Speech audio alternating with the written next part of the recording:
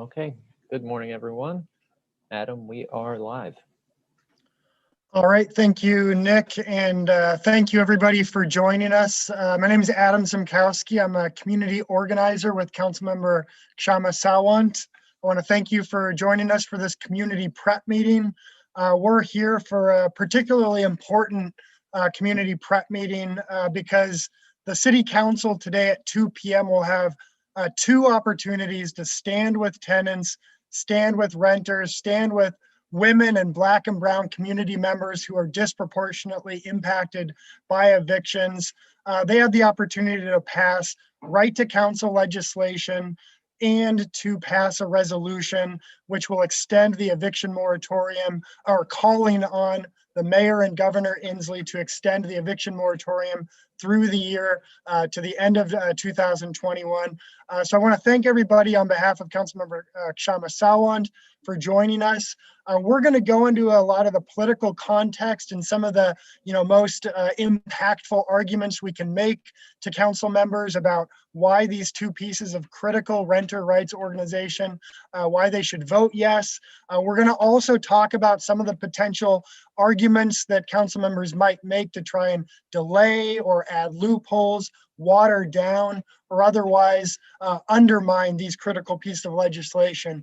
But of course, the reason why we're here is because we want to, at noon, in about 26 minutes here, we want to have as many people who are watching as possible sign up for public testimony.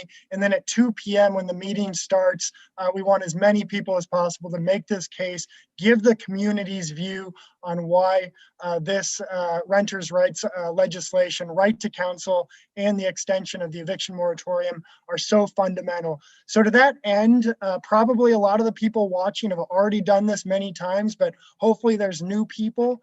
I'm going to turn it over to Nick Jones in our office, who's going to real quickly run through the process for signing up for public comment, so that when at the end of this meeting, we all go there together. It's just, you've already got your tabs pulled up. You've already got the site there, and you can just refresh. We want to make it so as many working people, as many renters are signed up early as possible. We know that oftentimes the landlord lobby, who are of course paid to do this, sign up as early as possible. So Nick, why don't you take it from here and show people how to sign up at the end of this meeting. Thanks so much, Adam. Yes, hopefully this is a familiar page to folks. This is the page we're going to find to make sure that our movement can make its voices heard during public comment. At this really important votes that are going to be taken today. Should be easy to find if you've never done it before. I always just, in whatever web browser you're using, go to the top search bar, and I just type in Seattle Public Comment. Whatever the search engine is should pull up this link right at the top here. It should be this .gov URL that says public comment right there. And this page is where in just about 25 minutes, a sign-up form is going to go live for the 2 p.m. City Council meeting, where we'll be able to put in stuff and get on stack for the meeting later. So definitely during this community meeting, make sure you have this page pulled up, and later on we can all sign up together to make sure, as Adam was saying, that we're prepared to get our voices into the meeting later today. So that's it. And I'll kick it back to Adam. Thank you. All right. Yeah, thanks so much, Nick. And yeah, hopefully people have that tab pulled up and we can sign up for public comment real quickly right at the end of this meeting. So as people probably who have watched these community prep meetings before know, usually Councilmember Sawant can be here to give the political context, but sometimes, of course, the preparation required for the meeting itself makes that not possible. We're going to try and get Councilmember Sawant on later on, but right now we'll take that on ourselves. And yeah, I just want to note, as we're preparing in just a couple hours to talk to City Council, we should note that that's not the only clock that's ticking. It's March 15th right now, which means that in just 2 weeks, March 31st, the eviction moratorium, which Governor Inslee, extended at the beginning of the year till the 31st. That eviction moratorium is set to run out. We know for a fact that this moratorium has prevented thousands and thousands of people from losing their homes.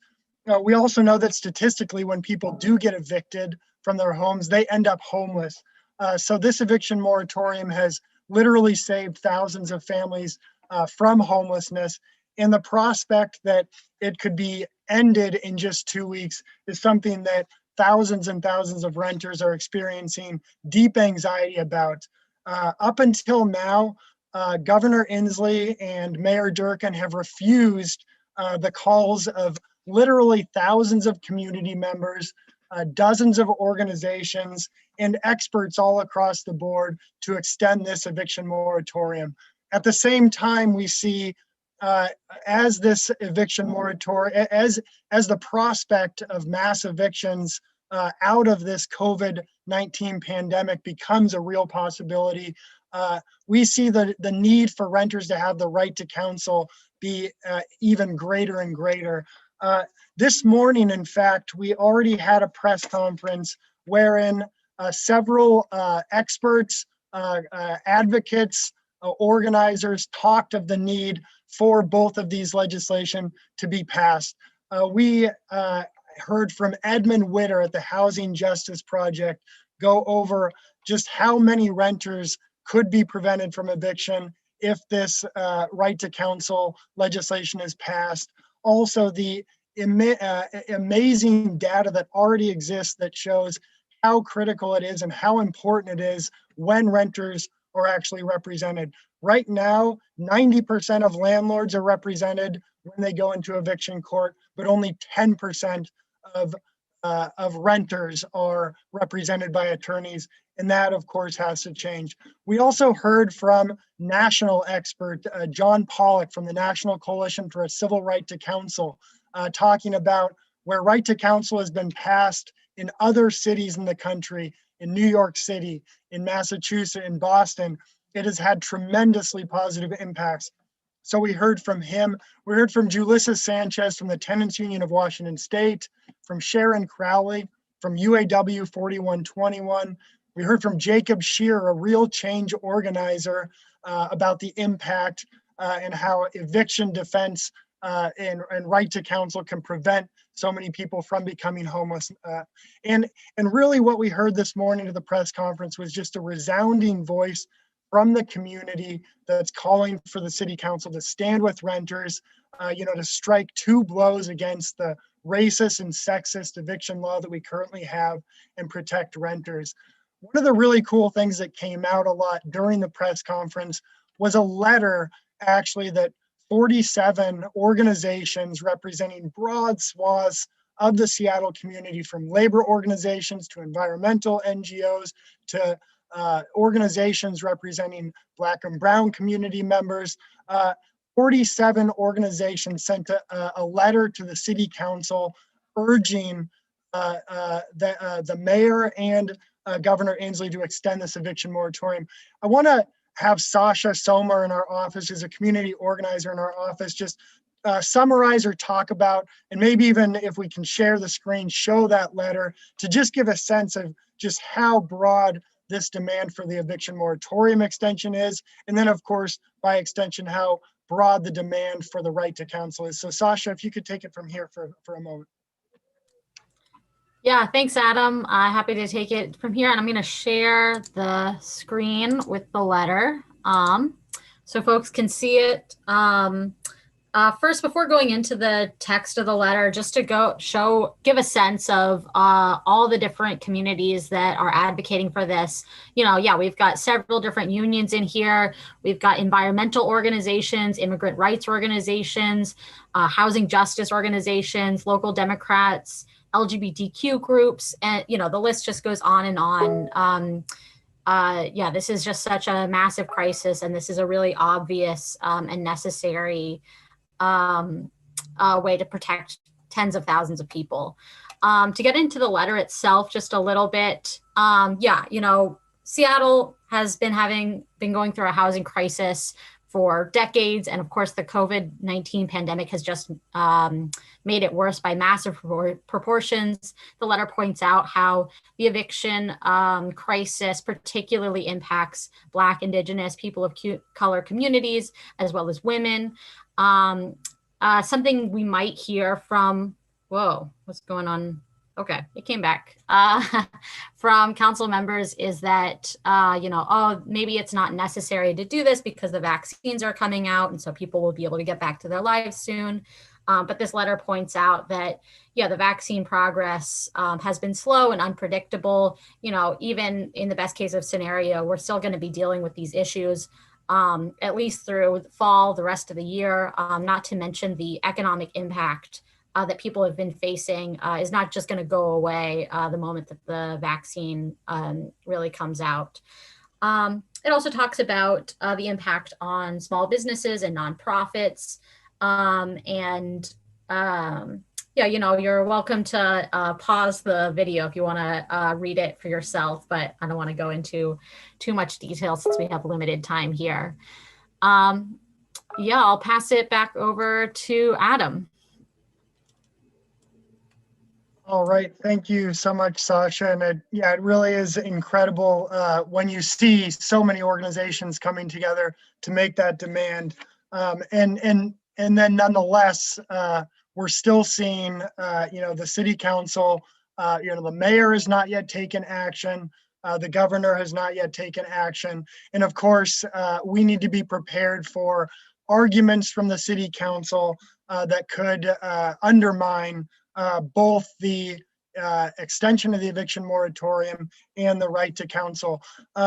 Obviously, when we're making these demands to city council, we want to not only address the burning need, but also try to make it clear that we won't accept arguments from city council members to delay or undermine or otherwise weaken the legislation. Some of the things, and to that end, it's a good idea to spend a little bit of time during these community meetings to talk about some of the things that council members have been indicating, in the process of this legislation, moving forward. One really exciting thing is to note that we do have a tremendous amount of momentum for the right to counsel legislation. We have, obviously, Councilmember Sawant is bringing the legislation forward together with the demands of, the movement of thousands. We also have Council members Andrew Lewis and Tammy Morales, who are co-sponsors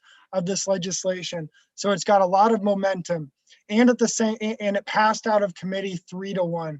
Yet at the same time, we have heard questions from council members indicating efforts this afternoon to undermine the legislation. For example, the question of means testing.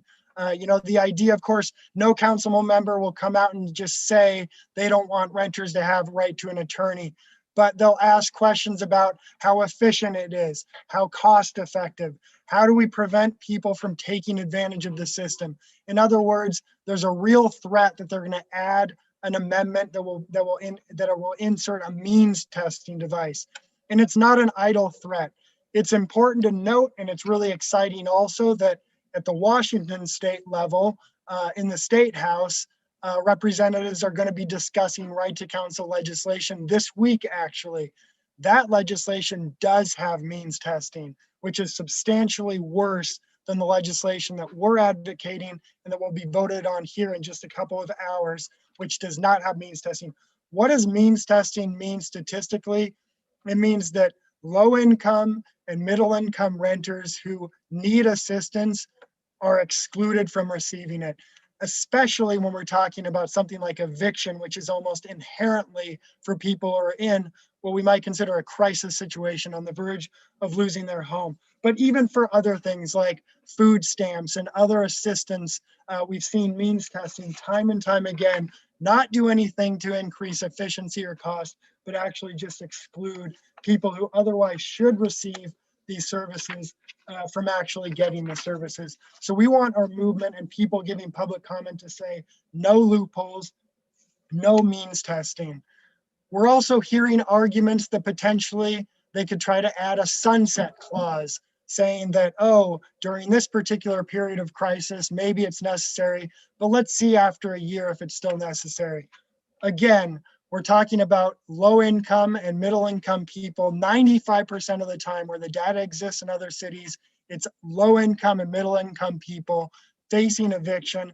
We reject the idea that it's only in a pandemic the renters deserve the right to an attorney. We think that all renters all the time deserve this right. And so we should, again, reject this idea there should be a sunset clause. Finally, there's an argument that that it should just be big landlords, and then other renters who are in small landlord situations should not have this right. Again, we're talking about renters needing an attorney facing eviction. And so we think all renters deserve this right. But that argument also is a red herring and obscures the fact that most of the evictions that are carried out in this city are actually done by big businesses. Goodman Real Estate is in fact the largest evictor in the city. They have holdings and assets in excess of, I believe, $2.4 billion. So again, we want to reject the idea that this should be for some and not all, and advocate for the strongest possible right to counsel legislation with no loopholes, no watering down. And the last thing with respect to the right to counsel and just preparing our movement as we make public comment for efforts to, another thing is that council members might argue for delaying the legislation, saying that because it's being discussed in the State House, we don't need to pass it today. We can wait till this broader legislation passes. And again, this is a failed logic. First of all, the legislation in the State House on right to counsel is not nearly as good as the legislation that council members will hopefully vote and pass today, which does not have means testing. But second, there's no guarantee that the right to counsel legislation in the State House will advance. We've seen time and time again, progressive legislation get proposed and then either die in committee or get watered down or just disappear altogether without any kind of a vote. On the other hand, we've seen time and time again that when localities, when cities do take the initiative, do pass strong legislation on the strength of a movement, that can really spur on other, that can spur on legislation in the State House. So we reject this idea that city council should pass the buck to the state reps, and they should, again, take the opportunity to strike two blows against this racist and sexist eviction law and stand with renters. I want to go ahead and just move right now to Nick Jones. A lot of it, of course, is of giving public comment is having the data, knowing the arguments, but there's also just some things about giving public comment. We've only got 1 to 2 minutes that can really make it that much more impactful and really demonstrate that it's not just individuals, but an organized movement, an organized community that's coming out to make these calls. So if Nick, could you just take it from here and talk for a couple minutes? And it's also, we'll note that we're less than 10 minutes out from noon. So people should pretty soon get ready to go to the public comment sheet and sign up. But Nick, why don't you go ahead and orient us a little bit about giving effective public comment if you can. Yeah, thanks, Adam. And I'm just refreshing the page here myself, making sure that totally prepared for when it goes live. It can be a little fickle sometimes. But yes, certainly, as Adam has said, all of the things that we've talked about in this meeting so far are going to be really crucial points for us to bring up to really push back against any of the attempts from the city council to drive loopholes and carve outs into this legislation. We need to pass, of course, the strongest legislation possible. We've been in a homeless state of emergency since I think 2015. And if we're don't allow or we don't pass these really strong protections for renters, it's very clear that that will only become exacerbated. And if we're serious about addressing the most pressing crises facing our city, then things like right to counsel and extending the eviction moratorium will be crucial. So, but giving public comment, there's a few things that we should all really bring to our public comment to make it as powerful as possible. Just so everyone is aware, Everyone will have about one to 2 minutes, most likely 1 minute, to be able to give public comment. This is not a ton of time, so we have to be, really conscious about what we're bringing forward and putting into our public comment today. But when you're starting, it's always we should always start with your name, clearly stating if you're part of an organization like a union or a community group, a neighborhood group, a political organization, anything that speaks to being involved in wider discussions with lots of people who are also concerned about the pressing questions facing our city and how we can fight back against them. Okay, I'm going to wrap up very quickly. Also, I think it's really important for us, to say not only that, but to thank Councilmember Sawant for bringing this forward, saying this is something we really need. That puts extra pressure on them to feel like they should pass this, and then just bring in your experience about your own experience, why you think we need this, and probably 1 to 2 demands to really put. Ideally, 2 demands to really put on the city council. Most pressing, extend the eviction moratorium through 2021 and pass renter right to council. I believe I see that Councilmember Sawant is with us now. So just with a little bit of time we have left, I want to kick it back over to her. Thank you. Thanks, Nick. And sorry, I missed the earlier part of the community meeting because I was at the city council briefing. And I'm sure Adam and Nick and others have already talked about how this is crucial for renters, especially people of color and women, and especially Black women and the Black community as a whole, because we see the extremely lopsided way in which evictions target our Black community members, especially working class and poor people. And we also know that evictions as a whole really devastate people's lives. And as renter eviction defense attorneys themselves have said, that having eviction defense actually makes a difference between life and death effectively, because of the enormous statistical link that we see between homelessness, being evicted, and becoming homeless. The report from the Seattle Women's Commission and the King County Bar Association from a couple of years ago showed that nearly 90% of those who are evicted end up becoming homeless. I mean, this is a tremendously compelling reason statistically and from the standpoint of having a humane city to have eviction defense guaranteed to renters. Now, a lot of the council members are, they are progressive Democrats. They don't want to pass strong laws that will get them in the crosshairs of corporate landlords. And these bills are in defiance of corporate landlords. We're not pretending to be neutral, because that's not how you win justice in this world under capitalism. You win justice by building ordinary people's movements and by getting organized in the face of opposition from corporate landlords and from big business. And we know that this is squarely in the face of corporate landlords, because corporate landlords are the most evicting landlords. These laws that will help renters save their own lives and help their children survive are not against mom and pop landlords, because it is not mom and pop landlords who do the overwhelming majority of evictions. So we have to be prepared to push back in public comment against potential loopholes that might come in.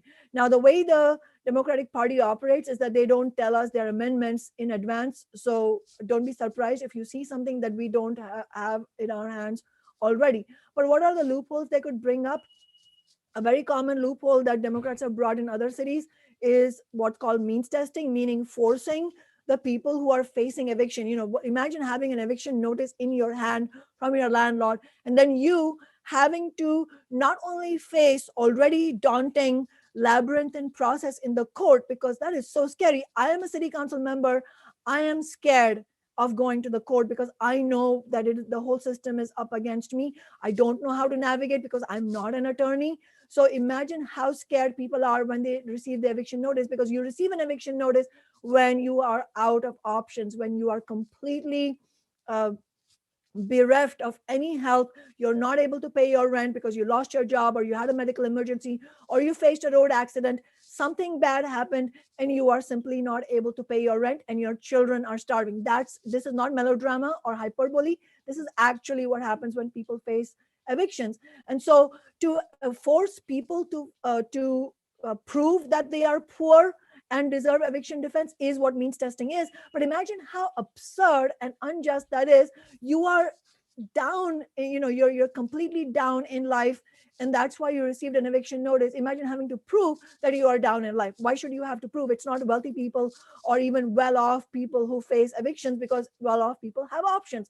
Even when something bad happens, you have somebody to turn to, you have some way of paying your rent, and you don't receive an eviction notice. So we should absolutely reject anything from council members who say, oh, we need to support renters, yes, but we want to be data driven. Tell council members, you want to be data driven, pass the right to counsel strongly without any loopholes. If you want to be data driven, pass the eviction moratorium, extending the eviction moratorium to December 31st, because what data show from the pandemic, what data show from years of statistical investigation about evictions is that evictions are bad, and they are particularly bad right now during the pandemic. So we have to protect the most vulnerable community members, and that being data driven means passing these two bills in full. One thing that I wanted to quickly say before you all go to sign up for public comment is one of the objections that may come up is, well, the state legislature is already discussing this bill, a similar bill. Let's see what they do. Why do we have to rush? Well, we're not rushing. We are actually catching up because other cities have already passed this years ago. Seattle is catching up, and we have to catch up quickly. And as far as the state legislature is concerned, we have seen that bills come to the state legislature year after year, and they die a quick death because of corporate opposition. It would be a fatal mistake to wait for the state to act, because they may never act. And if they do act, they will probably have insidious loopholes. Right now, the bill that is in front of the state legislature has loopholes that our city bill does not have. So urge the city council to quickly pass this today without delays, without loopholes. I'll stop there. All right. Thank you so much, Councilmember Sawant, for being able to come in and provide that really rapid political context with a lot of new information, and then some good summarizing real rapidly of the stuff we've gone over during the community meeting. I know that Nick Jones and hopefully as many people as possible who are watching are refreshing their screens to sign up for public comment. And as we wait for this sheet to open up, I'll just note, as Shama was saying, the human cost is tremendous. We just, a couple of years ago, one of the people who's helped with us fight for right to counsel legislation in each of the last 2 or 3 people's budget movements was Kaylani Luxmore, who was a Seattle renter, single mother, who was going to be evicted for literally $2 of unpaid rent, which then, of course, with late fees and all kinds of penalties, became several hundred. Thanks to the assistance from the Housing Justice Project, who we worked with, all this time, who was at the press conference this morning, she was able to prevent that eviction. It's the Kailanis and so many other working people, poor people, of course, women and people of color are disproportionately impacted. Those are the ones who are going to benefit from the strongest possible right to counsel legislation, the strongest possible extension of the eviction moratorium. It looks like public comment is open now, so please go ahead. Nick, I'll let you take it from here. All right. Oh, great. Okay. I see that I am unmuted. Great. So everyone hopefully has already had this page pulled up like we were discussing. So yeah, what we need to do is just fill it out as quickly as possible, but accurately. Just your name, last name, your email address. Boom. And it's important to fill out this email address with the one you have most regular access to. That's where they're going to send the Zoom link for you to be able to get on and make the public comment. So definitely use the super accessible, easy email address. For the phone number, your last 5 digits. That's how they'll identify you on the stack, is my understanding. So yeah, what is our last one? I don't know, whatever. 08803 or something. There we go. So and then just click this. For this last point, feel free to put whatever you want. I like to say something like pertaining to the public comment I'm hoping to give. So pass right to counsel with no loopholes. and then just hit submit, and you should get an email pretty quickly confirming that you're on stack to speak at the public comment, that you have the Zoom link, and can really bring these important points we've been discussing through this committee meeting into the city council today at 2 p.m. Definitely, people are talking about passing right to council across the country. This is really part of a national momentum. We can really play a massive role here in Seattle to help spur this on. Renters across the country are in dire need of these protections, not just here in Seattle. So everything we can do here can have a serious ripple effect everywhere. And let's go out there at 2 p.m. And really tell the council, with a collective voice, renters need these protections. Extend the eviction moratorium, pass right to council, no means testing, no carve-outs, no loopholes. And that's it. So hopefully everyone has submitted that or is submitting in the process, filling out this sheet. And I will turn it back over to Adam to close out this community meeting. Thank you everyone for being here. All right, thank you, Nick. I think you pretty effectively summed up the basic demands, and I really agree with you that identifying as the community that we are from organizations, thanking Councilmember Sawant, the movement inside City Hall for bringing this legislation, and just remembering that, another one of these major evictors in Seattle is Essex Property Management, who has made $473 million during the pandemic.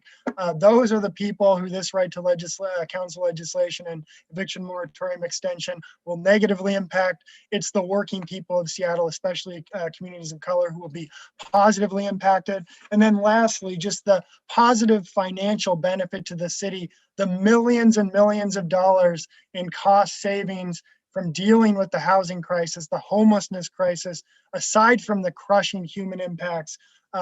This is something that just is obvious, it makes sense, and working people and renters who make up the majority of people in Seattle need it. So thank you so much on behalf of Councilmember Sawant for joining us for this community meeting. We look forward to hearing the testimony in just a couple hours.